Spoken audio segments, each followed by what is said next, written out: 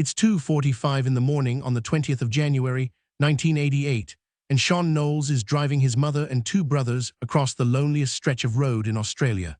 The Nullarbor Plain, flat, treeless, dead straight for so many kilometers that this exact highway holds the record for the longest straight stretch of road on the entire continent. No lights, no towns for hours in either direction, just four headlights and whatever's out there in the dark. Then Sean sees something on the road ahead. A glowing shape, low to the ground, white with a yellowish center, roughly a meter wide. His brother tells him it's probably just another car. Sean isn't convinced, and instead of slowing down, he does the one thing you should never do on an empty highway at 3 in the morning. He speeds up to get a closer look. If you're new here, this channel covers the strangest, most disputed corners of Australian history, and this one is still the most famous UFO case the country has ever produced. Subscribe now, because the ending isn't what you'd expect. As the Knowles family closed the distance, the object didn't behave like a car at all. It shot up and swept directly over their vehicle. Patrick, in the front seat, later said it felt like his brain was being pulled straight out of his skull. His mother described the same sensation, like something was reaching directly into their heads. A deep humming sound filled the car, rising and falling. Then a gray, ash-like mist started pouring in through the window. Whatever was above them then forced the car down onto the road so hard the rear tire blew out. Sean slammed on the brakes and blacked out at the wheel. When the family came to, they abandoned the car and hid in the scrub on the side of the highway for a full 15 minutes before anyone worked up the nerve to go back and change the tire. Shaken and half hysterical, they eventually pulled into the Mundrabilla Roadhouse. And this is where the story should have quietly ended as one traumatized family's account. Except a truck driver named Graham Henley was already there.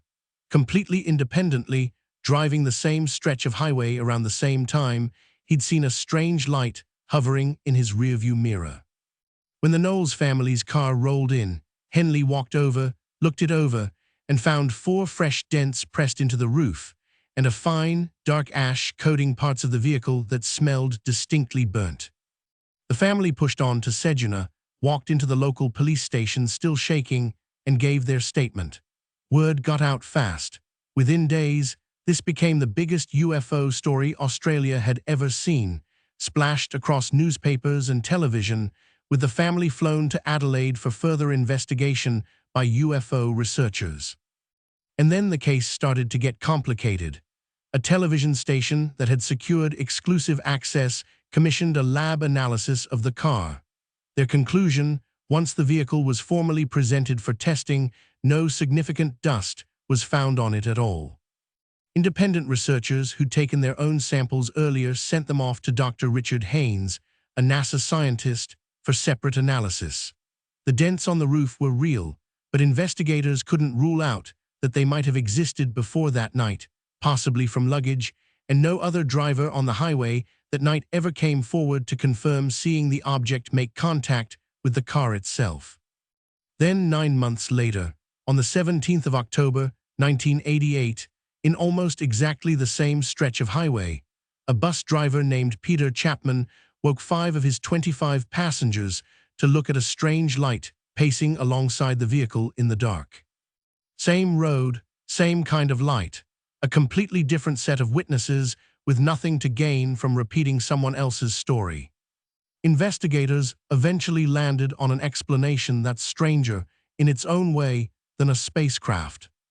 The Nullarbor is one of the flattest, most atmospherically stable stretches of land on Earth, and under the right conditions, that stability can bend light from distant sources, a planet low on the horizon, a star, even the headlights of a vehicle many kilometers away, into a phenomenon called a superior mirage, where light refracts through temperature layers in the air and appears to float, distort, and move independently above the ground.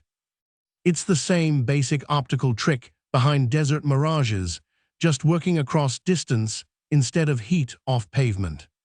Some investigators even proposed that the truck driver's own separate sighting might have actually been the Knowles family's headlights, mirrored back through the same atmospheric layer from many kilometers away. It's a genuinely elegant explanation. It accounts for the light. It accounts for why this specific stretch of highway seems to produce these sightings more than anywhere else in the country. What it doesn't fully account for is everything that happened after the light appeared. The blown tire, the dents that were never conclusively explained away, the independent physical description of ash that multiple witnesses swore they smelled and touched before any camera or scientist arrived to examine it. So Australia's most famous UFO case ends up in a strange middle ground. Not